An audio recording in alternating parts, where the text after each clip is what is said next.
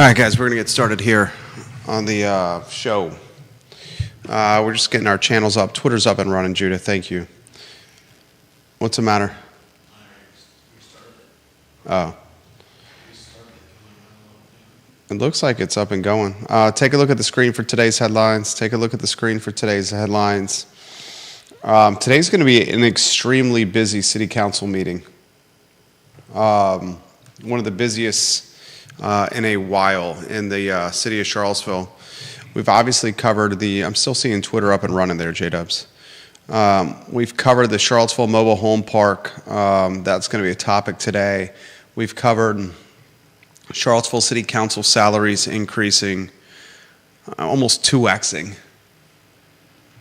Almost 2xing. That's so bananas to me. I completely agree that councilors are underpaid, but a good rule of thumb when offering raises is to do it gradually every year. I was thinking the same thing. That's how you give raises in a real world setting. Give a 5, give a 4, give a 5%, 6% bump. Maybe throw in some bonus money if you need to. I mean, do a gradual raise every year. Don't 2x and have a sticker shock and have the community ask questions like, what are you doing? I'm going to ask you this question. Judah, I'm going to ask you this question. Viewers and listeners, I'm going to ask you this question. Give me 1, 2, or 3 incremental examples of incremental tax revenue generators in the city of Charlottesville.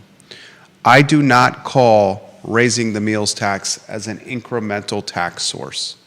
I call that a tax penalty. I do not call the increased revenue that's coming from home values escalating an incremental tax source. Okay? I want a creative new idea that the city of Charlottesville has done to generate incremental tax revenue. Give me one. We're going to talk about the Charlottesville parking wars. They are heating up again. Sean Tubbs has fantastic reporting on this. Shawnee Tubbs, you are doing A-plus work per usual. Mark Brown, yet again in the catbird seat. I mean, Brown is in the catbird seat. J-Dubs, are we live on my Facebook? Yeah. Personal? We are? Excellent. All right. Give the show a like and a share anywhere you're at. Like the show, share the show. We're about to rock and roll on the... I'm not seeing it on my personal Facebook, J-Dubs. I've got somebody watching, and... I'll check mobile here. It's definitely not showing up on desktop. I mean, I do see it. I don't see it on the wall. Like and share the show, guys. We'll get rocking and rolling here in a matter of moments. Which headline most intrigues you, Judah? Live on I Love Seville Food, that's good. Do you have one that most intrigues you? The car report, is that something you want to talk about? I'm curious how much the city makes from the parking, and how well that covers the cost that they're paying Brown. Well, we got a statement from the planning commissioner on that. We'll talk about that in a matter of moments. All right, let's rock and roll.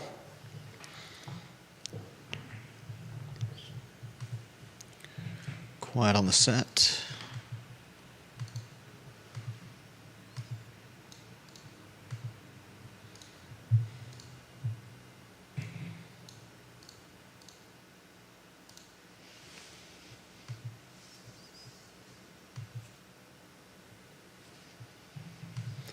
Good Monday afternoon, guys. I'm Jerry Miller. Thank you kindly for joining us on the I Love Seville show. Tonight's city council meeting is loaded with decision-making of significant merit as it applies to the allocation of taxpayer resources.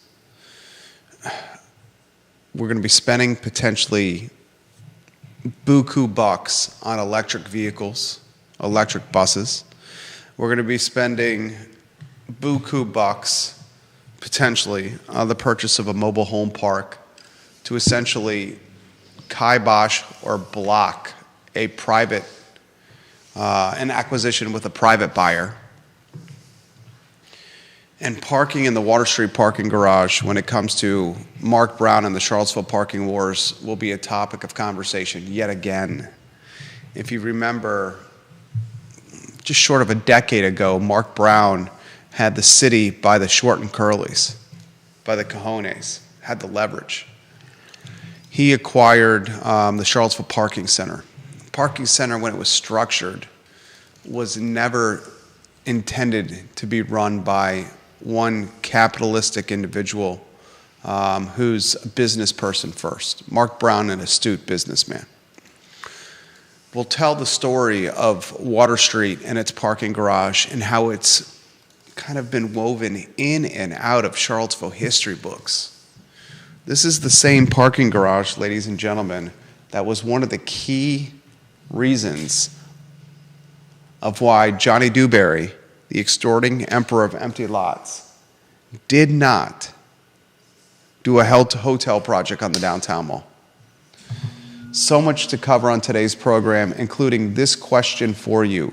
Who can name,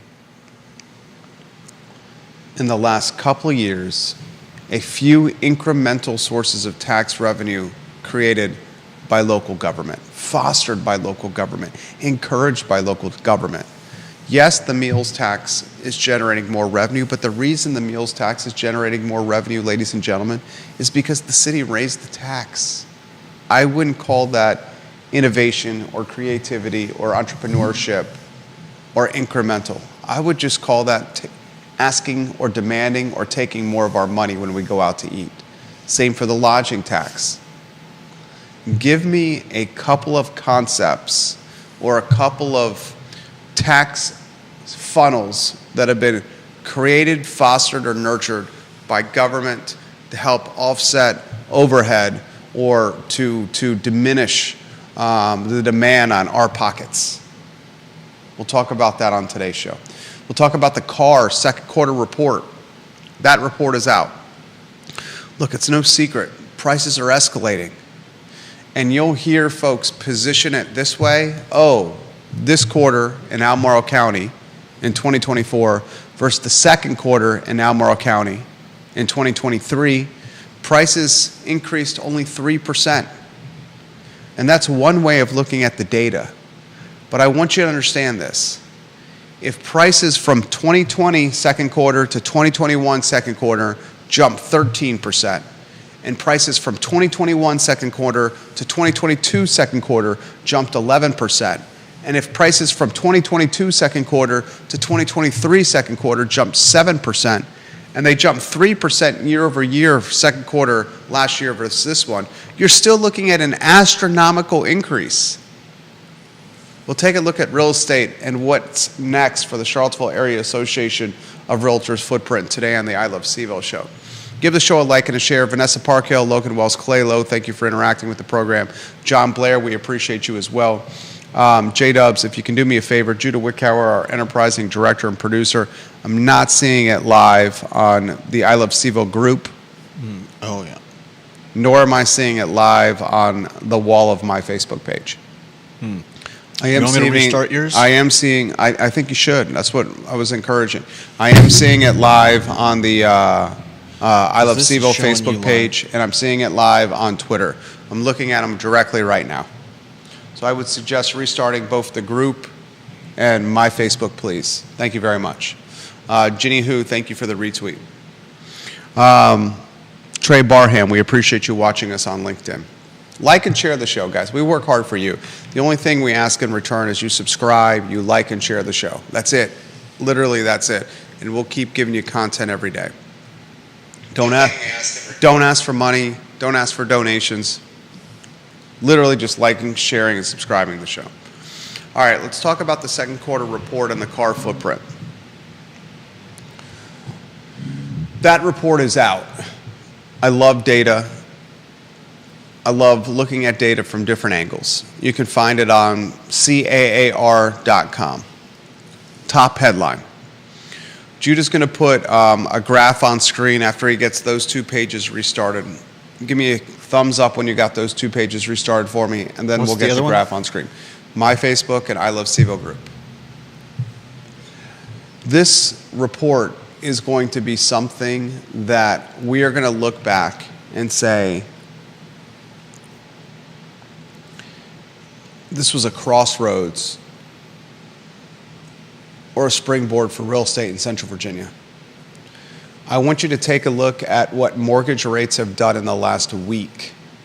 They've dropped considerably. Depending on where you shop, you can get a 30 fixed in the 6.4 range, if not a little bit lower. 60 days ago or so, that 30 fixed was over 7. Markets today, hemorrhaging. Some have said that the Federal Reserve needs to do an emergency rate cut. Whether Powell and his team do that, who knows? I'm not even sure Powell and his team know what they're doing. Are they dictating markets, dictating where we're going as an economy, or are they responding in late capacities? Time will tell. Regardless, we have turmoil on Wall Street. Regardless, we have turmoil when it comes to economies. I think that turmoil is going to enter the Charlottesville and Central Virginia market. You're going to see rates drop fairly quickly. And as rates drop fairly quickly, you're going to see a buyer pool get bigger because more people can afford housing. As interest rates drop, people have more buying power. They're able to purchase houses at a greater clip because they become more affordable. Here's the conundrum. The rates are not going to fall to the COVID lows. So you're still going to have a lion's share of people who secured home ownership during the pandemic hesitant to put their homes on the market. So if rates drop below 6, let's say you see them in the high 5s. Let's say maybe next year, mid 5s. Is that enough to entice someone who secured a 2.5 or 2.75% interest rate, a 3% interest rate during the pandemic to put their house on the market? Some will do it, most will not. So you're still going to have a supply constraint. You're still going to have not enough houses on the market. So when rates drop, you'll have more buyers because people can afford more stuff. Still not enough houses because people aren't going to get off the 2.5, 2.75, 3.0 rates during the pandemic. That's going to drive prices up, and it's going to drive prices up big time. All that is happening at the very same time that people are moving to Charlottesville, Albemarle, and Central Virginia. And they're moving here, whether it's because of the University of Virginia, because of biotech, because of data science. They're moving here because they're tied to Northrop Grumman and that $300 million in Waynesboro, the new facility they're building, where the average salary for each person working there is $94K. They're moving here because of Amazon and data centers, an $11 billion investment. They're moving here because it's a fantastic area to work from a hybrid standpoint, from a remote standpoint. And more people are able to work hybrid and remote now. Population is increasing. The Jefferson Council released a report on the 30th of July. The Jefferson Council is the organization that's trying to push to preserve Thomas Jefferson's legacy at the University of Virginia.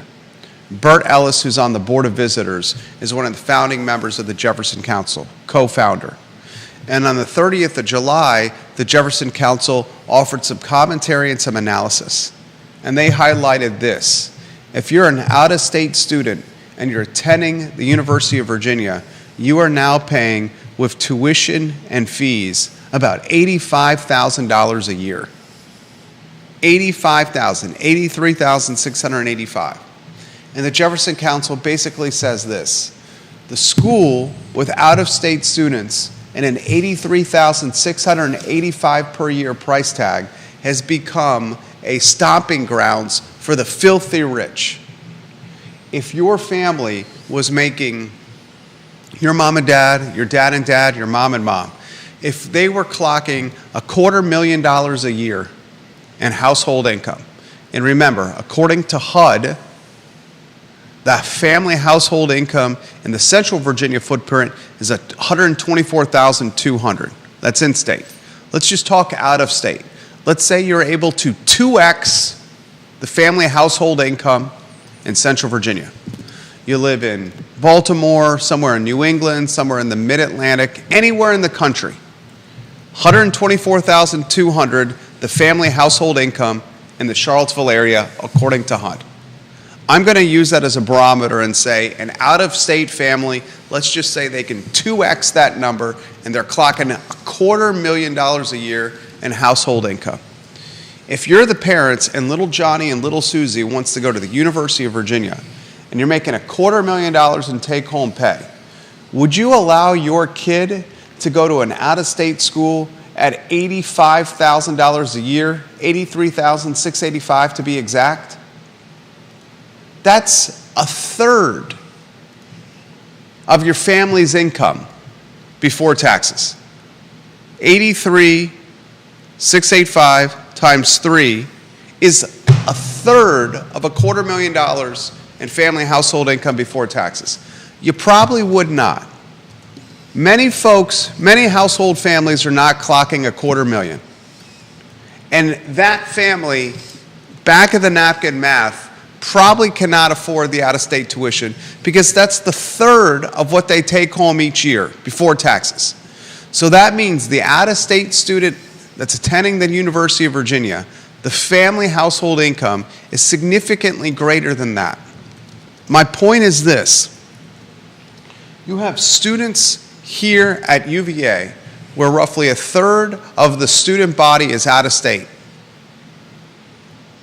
coming from houses that are clocking well over $250,000 in gross family household income, just to be able to afford the yearly price tag of roughly $85,000 to attend the University of Virginia. A lot of those students are staying here after graduation or coming back here after graduation because they fell in love with the community with 4 years of undergraduate studying. Some of those students, their parents are so deep-pocketed, they're buying housing in and around grounds for their kid to stay in and rent extra rooms to their buddies because they know they're going to get massive appreciation and value on those houses. So here's the point I'm going to make before I weave you in, Judah Wickhauer, into the discussion. And I want to show the CAR graph on page 10 from the second quarter report. Here's the point I'm going to make. And I'm now seeing it live on the page, J-Dubs. Good work. When rates keep dropping like they're doing, and we're looking at like 3/4 of a point on the 30 fixed in the last week, 2 weeks, they're going to drop, and it's going to put more people in the market to buy a house. While they're going to drop, they're not going to be enough to entice the folks that secured obscenely historically low rates during COVID. So more buyers enter the swimming pool. And as more buyers enter the swimming pool, they need houses to buy. There's not going to be enough for them. That means the houses that are on the market are going to uptick in value even more. If you're on the fence right now about buying a house or thinking about buying a crib right now, or you think that the housing market is going to slow down and values are going to drop because you're saying this, it can't keep this pace, you're reading the tea leaves incorrectly. The population's going to increase, and the increase is going to be extremely wealthy. The rates are going to decrease, and that's going to put more buyers in the market to look to secure houses. But they're not going to drop enough to get the people off the 2.3, 2.5, 2.75 rates that they secured during the pandemic. It'll get some off, but the lion's share will keep holding the houses they have because their payments are obscenely low. And that's going to all happen at the same time. And when that does happen, you're going to see this quarter, 2024, versus next quarter, 2025, the values of homes uptick even more. Put that graph on screen if you could, please, sir. This is from the second quarter report, CAR, that's on the CAR website right now. Let me know when that's on screen. It's on screen. Take a look at the screen now. You can find this at CAR.com, CAAR.com. Here's the point I'm making. You have some in the realtor community saying that prices are stabilizing quarter over quarter. Oh, it's only a 3% uptick, Judah, in Albemarle County. It's only a 3% uptick in CAR quarter over quarter. 445,900 versus 460,050. It's getting flatter. But what they're not saying, it's a 3% uptick on last year's 7%. On the year before, that's 11%. And the year before, that's 13%. Mm-hmm. You see the point I'm making? Yeah. It's a trend still continuing. What are your thoughts? Anything you want to add to this? Yeah, I see what you're talking about. I mean, I think the problem for most people is that the 13 and 11 and 7 have pretty much outstripped their ability to get into a house, and so while it may be leveling off, is it leveling off at a spot that's already pushed too many people out of contention, so to speak? I'm not sure the point you're making here. Has it already gotten too steep for most people? Yeah, that's what I started with. I think the years that we had from COVID to now have made it so expensive that even a 3% uptick is still an uptick. Yeah. I think it's going to be even higher next year, year over year. And I see why it's these kinds of storylines that are like pushing government to like consider allocating, $8.3 million over 5 years to help Piedmont and Habitat for Humanity purchase and develop the Carlton Mobile Home Park. Yeah. And I understand and empathize and sympathize for creating a community where we all can afford to live. But eventually government's got to realize it's not going to outpace the market. There's only a certain amount of money out there. And if they continue to go back to you and I and the viewers and listeners for more of our money to help create affordability, all they're doing is having a backwards or backfiring effect. Because then the middle class becomes pinched and then dissolves and becomes non-existent. Yeah. Now they're talking about the Water Street parking garage, back in the news again. Commissioner Rory Stolzenberg has offered some commentary on Reddit about this. Mark Brown, the owner of the Charlottesville Parking Center, the structure that is on Water Street that is home for parking and a storefront and retail storefront and the parking lot next to the structure. I almost looked at buying one of those storefronts in the Charlottesville Parking Center. The Charlottesville Parking Center has storefronts that were previously home to CBRE, now Colliers, a commercial real estate firm. It's home to a massage parlor, which I think now is the home of structural engineer. And at one time, one of those storefronts was owned by a dry cleaner in Taylor that had an operation on 29 in one of the shopping centers. And he had his unit for sale. And I was young in investing. This was almost a decade ago. Might have been 12 years ago. And I was wondering why these storefronts on Water Street kept going on the market for sale. Fantastic location, parking garage right above it, basically downtown, great exposure, well-situated offices, well-appointed.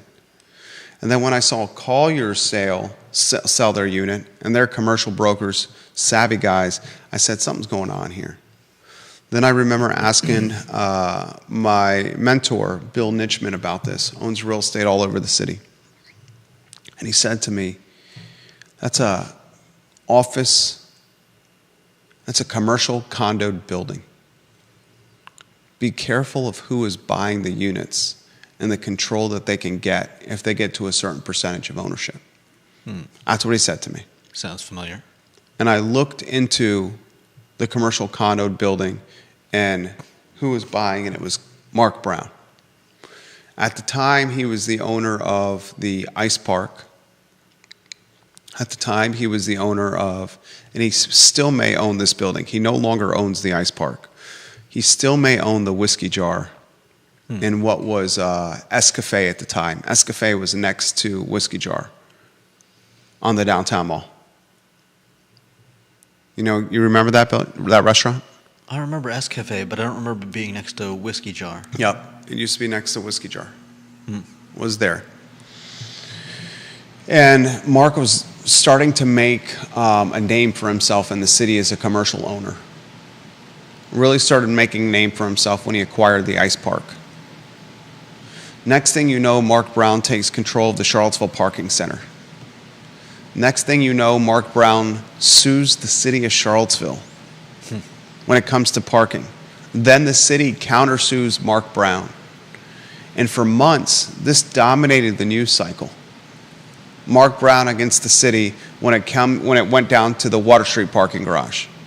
This is the same Water Street parking garage that was the catalyst for the destruction of the Dewberry Hotel. The Water Street parking garage was the catalyst for the abortion of the Dewberry Hotel. Yeah. John Dewberry had negotiated a deal with Mike Signer over a number of spaces, 100+ spaces in the Water Street parking garage. And Michael Payne, when running for city council for the first time, said, and he campaigned on this platform, why are we giving an out-of-market developer sweetheart tax deals and parking spaces of this price point? And he kiboshed the deal that Mike Signer arranged, which then pissed off John Dewberry so much, he said, I'm not going to do this project, this boutique hotel. So you have a structure on Water Street, this parking garage, that has a history, as Sean Tubbs has reported, back to 1959. Tubbs reports in his Charlottesville Community Substack that the Charlottesville Parking Center was created in 1959 as a way to help attract or retain commerce in downtown Charlottesville, which was facing pressures from Barracks Road Shopping Center and other suburban developments. The initial people that were part of the Charlottesville Parking Center were those that were interested in the economic health of the city in downtown Seaville. Yeah. It's a condoed building. What does that mean? It means you have, just like the Macklin Building, a number of owners. University Shopping Center is a good example of a condoed building. One of the reasons the University Shopping Center, where Papa John's is located and the tennis shop is located, that's in city limits, one of the reasons it's, some would say, underperforming, I think it's charming, eclectic. My favorite shop, the tennis shop, is there.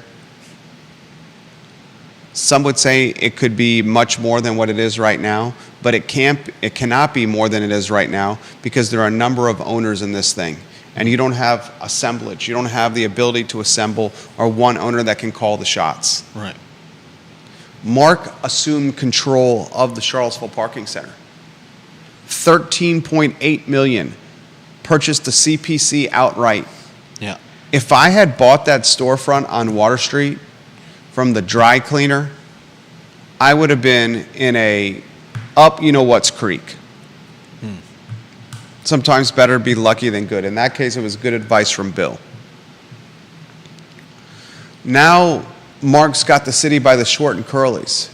Here's what Rory Stolzenberg puts on Reddit about the Charlottesville Parking Center and what's coming up in City Council's meeting tonight. This is Rory's words, quote, regardless of the merits of the decision, rushing into a vote on a $50+ million financial commitment with an option to spend another $100 million at the end while giving the public zero notice of this happening prior to the council agenda release days before the meeting seems staggeringly irresponsible. I can't think of another decision of this magnitude being given this little public process, end quote.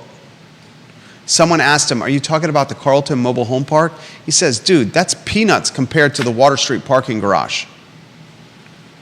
Why haven't we been talking about this for an extended period of time? Why hasn't this been in the news cycle? Why did we just find out about this days before the council meeting that's happening tonight? Yeah. Did council make a mistake by not taking down the Guadalajara and the Lucky 7 on Market Street? And building parking. And building parking there? The city owns the Market Street garage. The city could have had more leverage with Water Street and Mark Brown had it had an additional parking structure across from the Market Street parking garage that often does get to capacity. Yeah.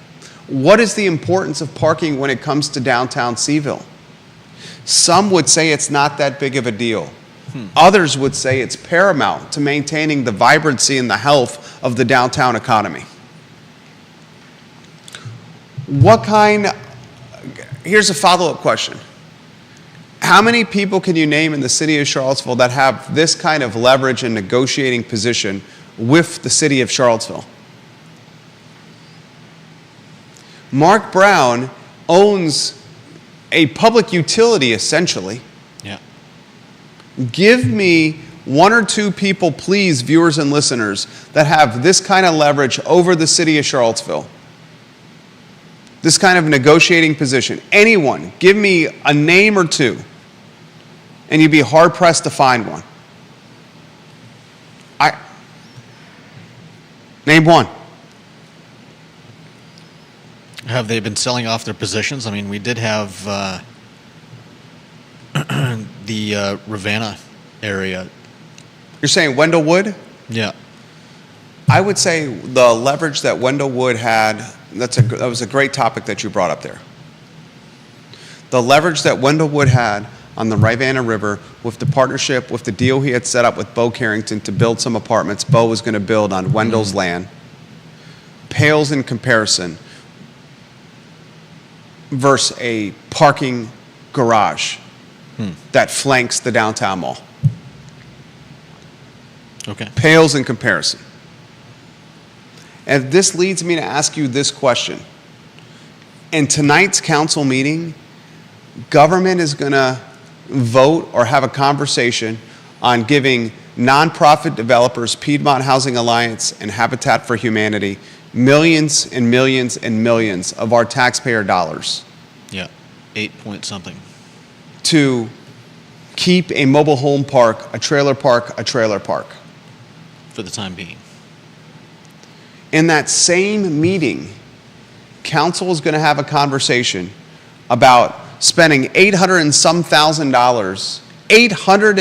thousand plus dollars on 2 electric buses. Yeah. 2 electric buses.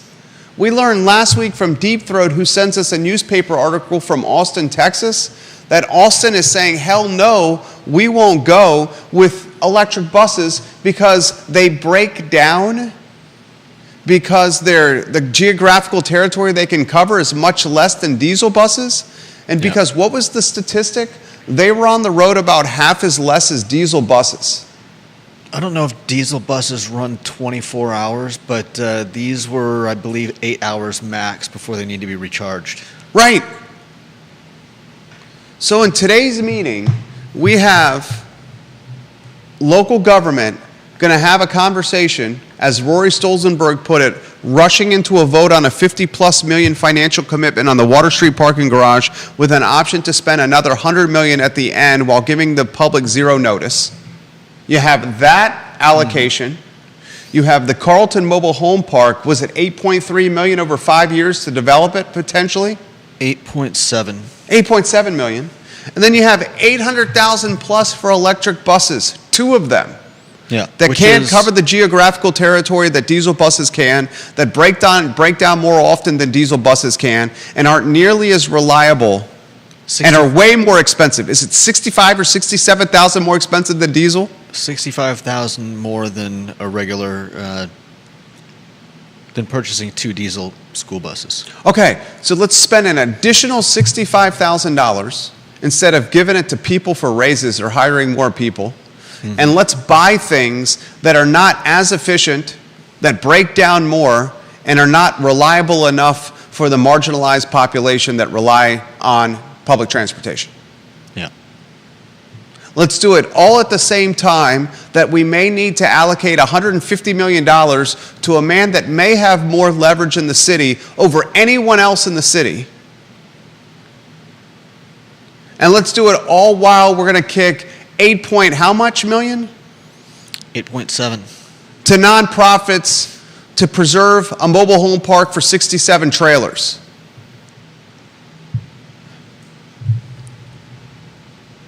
That leads me to ask you this question. We're extremely good at spending money. Like all government, we're extremely good at spending money. Mm-hmm. Give me a couple of examples where we have fostered or nurtured or birthed incremental tax sources. I'm asking you, Judah. I'll ask you, the viewer and listener, that. And raising taxes on current tax sources is not, in my book, incremental. No, I think I don't know if I'd call it regressive, but how much is too much? How much are we going to raise things before people say, Charlottesville's an okay place to visit, but the cost has just gone up too much since the last time I was there. The city has got a windfall of money. I just let you know, and John Blair, I'm getting to your comment here. From 2020 to 2024, put the second quarter median sales prices graph on screen from CAR. This is from the Charlottesville Area Association of Realtors. At the start of the pandemic, which was the second quarter, Judah, mm-hmm. Remember, the pandemic interrupted the ACC tournament and March Madness. I wouldn't have remembered that. So the first quarter is January, February, March. April of 2020 was the start of COVID. The median price, according to CAR, was $331,500. You got the graph on screen? Yep. In 2024, the second quarter, just finished, the median price is $460,000. Government has an effing windfall because of housing. Mm-hmm. And they're just spending that windfall. This is not incremental. Yeah. This is not incremental right here. Right. I don't call what Jaffrey Woodruff did with the data science school and his donation to bring that school to market the city's doing or the county's doing. Right. Nor do I call the $100 million Paul Manning invested for the biotech school on Fontaine the city's doing or the county's doing. Right. I'll call that good fundraising by the University of Virginia, and I'll call that fantastic generosity from two community pillars and Jaffrey Woodruff and Paul Manning. Yeah, no doubt. That's not nurturing or birthing incremental sources from the city or the county. Mm-hmm. I'm serious, give me anything. Do I point to the Bird scooters and the VO scooters as incremental tax sources? Tongue in cheek. Yeah. That was a catastrophe. I'm serious. I'm really serious about this. Sports tourism? No. I'm genuinely serious. I've got nothing. John Blair asked this question on LinkedIn. Jerry, here's a relevant question for you. Do you believe that there is a shortage or surplus of parking in downtown Charlottesville? I'm curious of what you and Judah think. I look at the new lot at 323 and I really wonder what is the reality of the parking situation in downtown. I ask because do you believe there is any capacity for price hikes at Market Street or Water Street? Would you invest more money in an asset with no pricing flexibility? Great question. I would say this. There's no parking problem in downtown Charlottesville. If you want to park 100 yards off the downtown mall, you might struggle to find a space. Yeah. But if you're willing to walk a couple of blocks, right, in the 2-hour free spaces, you can find parking all day, every day, and twice on Saturday and Sunday. And if you go another block past that, you're looking at free 24/7 all day long. When you go to Asheville or Richmond, or when you go to Georgetown or Nashville, or when you go to Philadelphia or Southampton, or when you go to Buckhead or Naples, are you fine with walking 2 or 3 blocks, 4 or 5 blocks to go to the destination of choice? Of course you are. I think that in Charlottesville there's not always a whole lot of, I have people when I'm out asking me directions. I had a woman parking and trying to get to the courthouses, and I was explaining, like if you just go a block that way, you don't have to worry about moving every 2 hours. And I think she was worried about getting lost. You and I have, how long have you worked here? Is it 14 years this year? Something like that. We have worked downtown Monday through Friday for, you go 9:30 to portion of that. 6:30, Monday through Friday. Yeah. Have you ever struggled to find a parking space? For you, occasionally, yeah. For you personally? For me, I don't park in 2 hour spots. And so, how many blocks do you walk? It's about 3 or 4 blocks. He walks 3 or 4 blocks to an office, to an area that he's worked at for 14 years and has never struggled to find parking. John Blair makes the point, would you invest significant money in an asset with no price flexibility? Elasticity. Mm-hmm. How much can you raise the cost of parking Yeah. without pissing off the merchants and the customers because you raise the cost of parking? When there's significant free parking available all over downtown. Yeah. And the 2-hour window of parking downtown,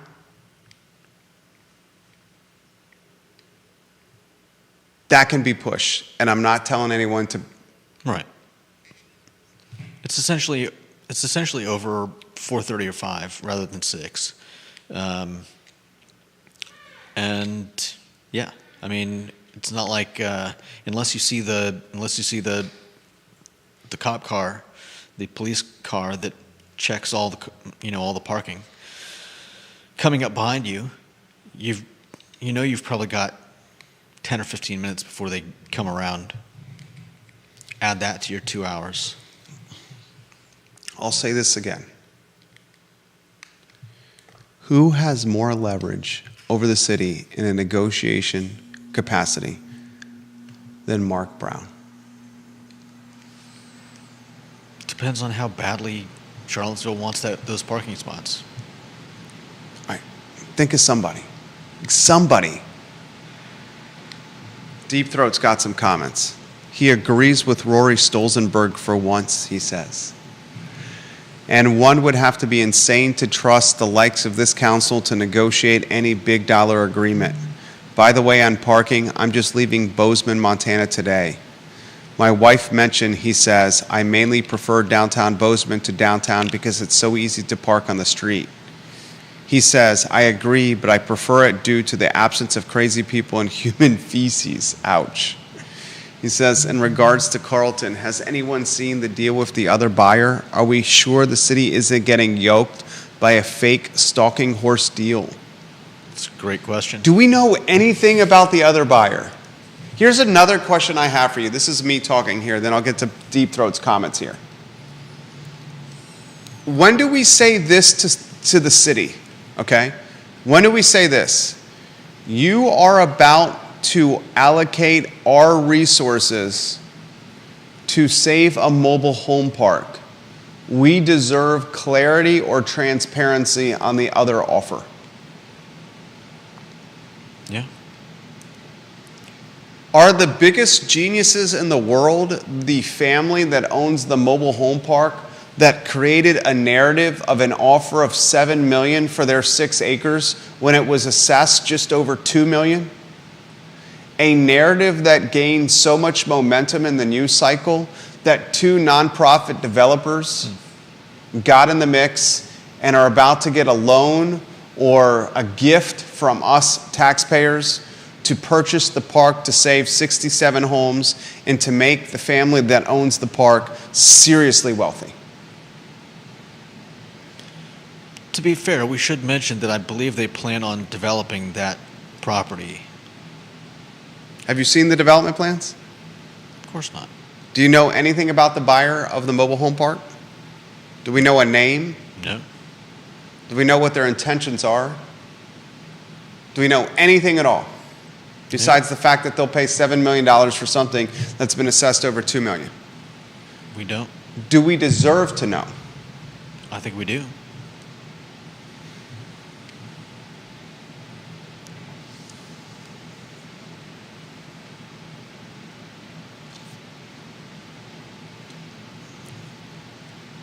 Deep Throat says this: you have to imagine Mark Brown has a nut to pay on the property. Loans, property taxes, maintenance. He cannot afford to have that structure empty, so he can't push too hard on price. And he also says, I wonder whether Mark really has leverage. If no deal, what's he going to do? Hike prices from $1 to $3? Tell him to pound sand? Structure and land, no way around $150 million. I would say this. The old guard of downtown Charlottesville is so adamant about parking Deep Throat and the necessity for the vibrancy of the downtown economy that if the city doesn't structure this deal, the city will be lobbied left, right, back, and center by this old guard about the need to do the Water Street deal. The Joan Fentons of the world would scream bloody murder if a deal was not structured.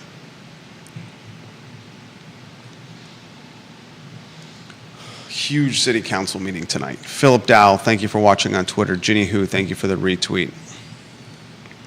Randy O'Neill watching the program. He says, sadly, over 20 years, I found little interest in reducing costs, improving service in Charlottesville, Albemarle. Remember, the county must pay 20% in some general fund stuff.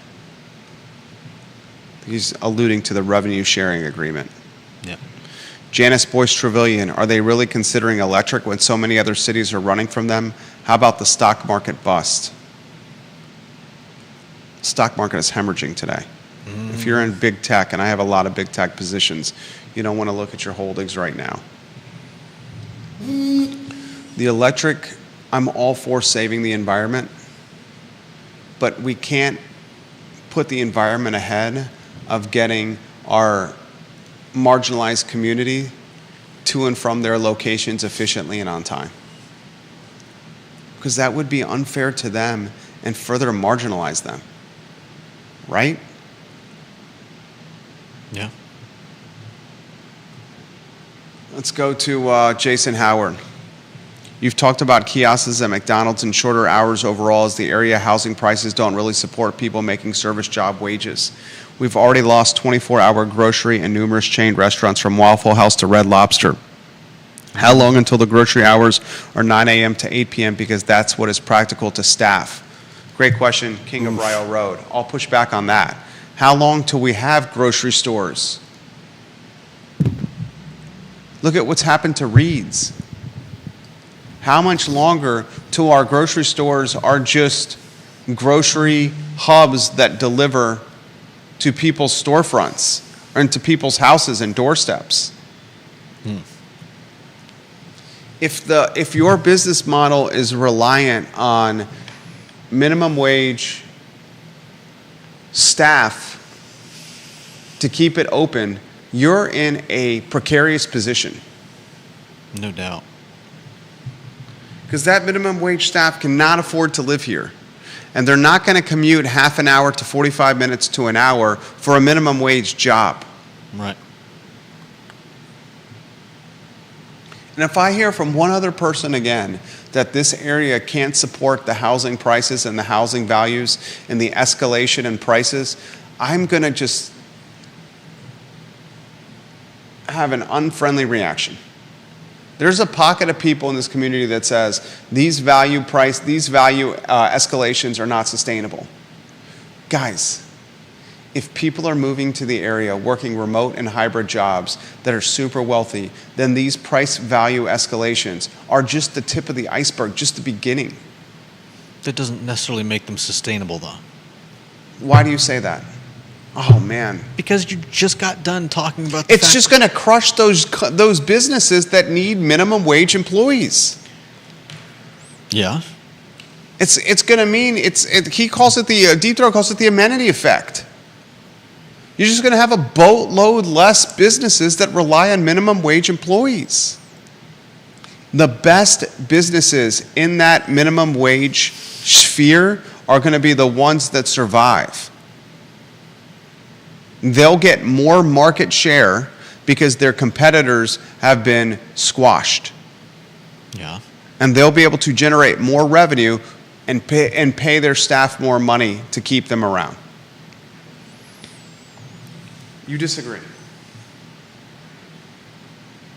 Or if you're in that that service industry, you utilize the internet, kiosks, AI, and less human capital.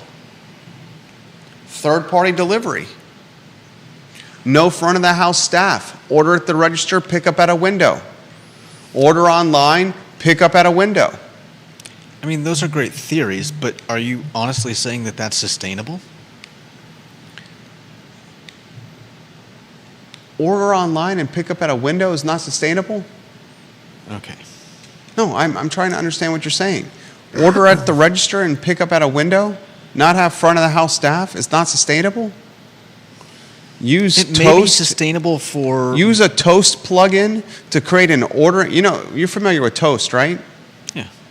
Toast, how do we put it in perspective for the viewers and listeners? It's a CRM that restaurants use. Yeah, it's like Grubhub, Uber Eats, right? It's a customer relationship management digital tool that restaurants use. You're checking out, you swipe your card on a Toast tablet. Or you want to order on a website or through an app, you're doing it through Toast and their website. Or Grubhub. Or Grubhub, whatever. Yeah. Grubhub, Uber Eats, Toast utilize digital infrastructures to replace human capital. Mm-hmm. That's what's happening. The strong will survive. Those that don't adapt will fail. And the strong that do survive will take the market share or the customers away from those that fail. That's how it happens all the time. All right. Vanessa Parkhill.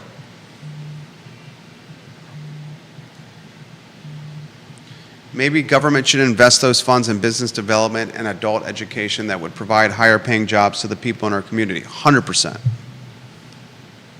She also said, why should we assume only marginalized members of the community are riding those buses? Fair point. Oh, good for thee, not for me. I guess many of the people supporting those policies just hop in their personal electric vehicle. I think it's a fair point. Could be others, not just the marginalized, that are riding the buses. I would bet the large majority of the people that are riding the bus, though, are from financially marginalized communities. I think they're definitely the ones that need the buses. In fact, There may be within some the last week, the Charlottesville Police Department was called on site to one of the buses. A man had a gun and ammunition on him while riding the bus.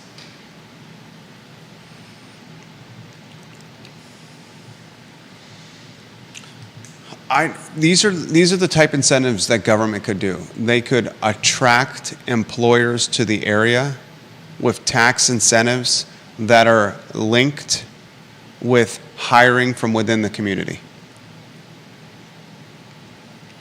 I love her idea of creating, in fact, I got to give some props to a guy that catches some heat on this program. Dr. Wes Bellamy has caught some heat on this program. He is one of the drivers of science, technology, engineering, and math, and the black community in Charlottesville and Albemarle County. And he's creating educational infrastructure for the African American community to learn science, technology, engineering, math, coding as well, so that they are better qualified to be hired by some of the firms locally. Mm-hmm. On Wednesday, we're going to have the Pro Renata folks on the show. Yeah. Dr. John Shabe is going to be in the house. Pro Renata is having amazing success. No doubt. This is an Albemarle County success story, Pro Renata. Mm-hmm. And expanding. The Disney World of Crozet, expanding to downtown Stanton and the Shenandoah Valley. But it's also a microcosm of what I'm talking about. Dr. Shabe and Pro Renata asked, they begged, they pleaded with Albemarle County to extend a water line so they could brew some more beer in Crozet to meet the demand that they had with happy customers. And they could not get the water to their Crozet location. Yeah. And we're talking a minimal, we're talking feet, not miles, Yeah. for additional water to the brewery. Yeah. So after you're begging and you're pleading and you're asking and you're explaining, look at what this will do for jobs and economic development and revenue when it falls on deaf ears months after months after months, years after years, you have to think outside the box and look elsewhere. Yeah. And that's Stanton's gain, the Shenandoah Valley's gain, Right. and Albemarle County's loss. Albemarle County, I will say this. I can point to an incremental tax revenue generator that the county has done, Rivanna Futures, when they bought land from Wendell Wood. Damn, Wendell Wood's name comes up often on this program. They buy land from Wendell Wood, afterthought land on the Greene County border, to keep the defense sector firmly rooted in Albemarle County because of its billion-plus economic influence yearly, according to a Chamber of Commerce white paper. I can point to Albemarle County doing an economic development using policy and taxpayer resources to drive incremental tax sources. Give me something the city has done. Please, I'm asking. I've still got nothing. And have you answered this question? Who's had more negotiating leverage with the city of Charlottesville than Mark Brown? I think you've given a good argument. I wouldn't say it's Alan Kajin, the bi-coastal attorney that owns much of the commercial space in downtown and West Main Street. Would you say it was Chris Henry in Stony Point? Phase 3 Dairy Market hasn't happened yet. No. And he's backed by some deep pockets, his father-in-law, Mr. Paul Manning.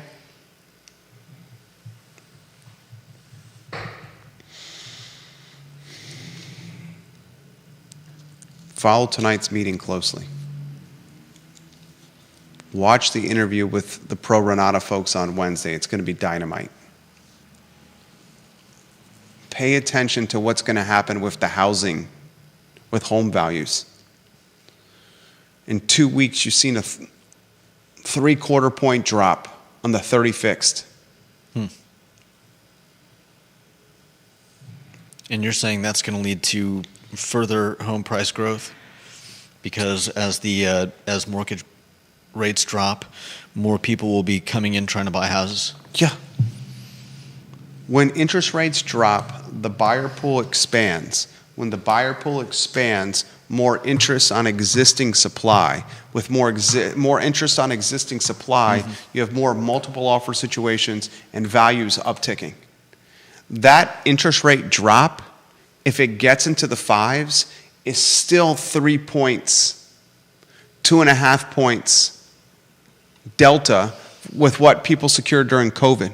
Yeah. Some folks will get off that 2.5, 3 point rate they secured during COVID because they have massive stacks of equity, but the large majority will not give it up. Yeah. So when more buyers get in the market with rates dropping, supply's not going to meet up with that demand, which is going to drive values even more. Right. If you're thinking about buying a house, I would do it like the next 90 days. ASAP.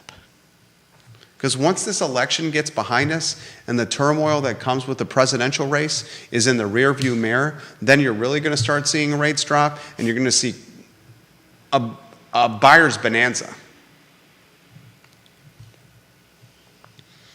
Jason Howard says, I'm not saying the price increases are unsustainable. I think some combination of kiosks, shorter hours, and fewer locations are the future. Up to each chain or business how they adapt. I 1,000% agree. I think the future is less priority on sexy Class A and more priority on customer infrastructure tied to artificial intelligence, kiosks, mobile apps, and digital purchasing and delivery. I wouldn't be surprised if some of the most successful ones in the restaurant space don't even offer sit-down service. Think about how insulated and protected a pizza delivery business is. Think about it. A pizza delivery business. You go into a Papa John's or a Domino's, you see, 3 people working? Yeah, it depends on the... How many work at a Domino's in the storefront? You got one person taking the call, right? Depends on the time of day. On a Friday night or Saturday night? Generally speaking, you'd have a lot of... delivery drivers on the road. Yeah, you'd have a lot of delivery drivers on the roll, and you'd have... Someone taking a phone call and 2 or 3 pizza makers. Yeah. That's it. Give or take, yeah. Where have you seen a Domino's or a Papa John's in sexy Class A restaurant space? Genuine question for you. Talking about in Charlottesville? There's a Papa John's in the University Shopping Center. That's not Class A. There's a Papa John's at the base of Pantops on Long Street. That's not Class A. Look at the model they've created. Incredible online ordering, not tied to human capital. Incredible offerings and discounting, specials, limited people in the storefront, a storefront that's B or C in price per square foot. Because all you really need is a big enough lobby for someone to come in, pay, and take their pizza. And they want you to leave. They don't want it to be comfortable. Get out. They don't even offer places for you to sit. I don't know about that. You go into them, they're hot as balls. Seriously.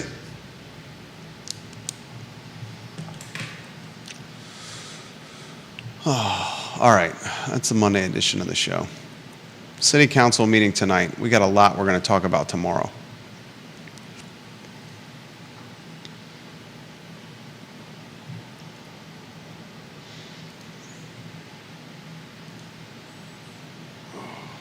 I worry about this town. And I worry about this town. I'm going to close with this. I worry about this town because we prioritize $800,000 plus on electric buses when other jurisdictions are sprinting away from them. Yeah. I worry about this town because we essentially are cock blocking a private developer from buying a mobile home park and using taxpayer resources to cock block the private developer. Yeah. I worry about this town because we cock block the private developer from doing a project on High Street that was housing. Yeah. We cock block the private developer from doing housing on Preston Avenue that was housing. Mm-hmm.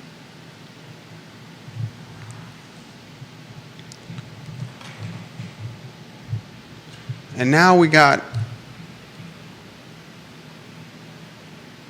leverage out of the wazoo with the private parking lot and parking structure owner. At a time where the future of parking is uncertain at best. At a time when you can make a legitimate argument that you don't even need the parking. At a time when the city could build parking at Lucky 7 in Guadalajara. That it would own. Yeah. That it would own. Mm-hmm. Conversations for your cocktail tonight. Judah Wickower, Jerry Miller, the I Love Seville Show. So long.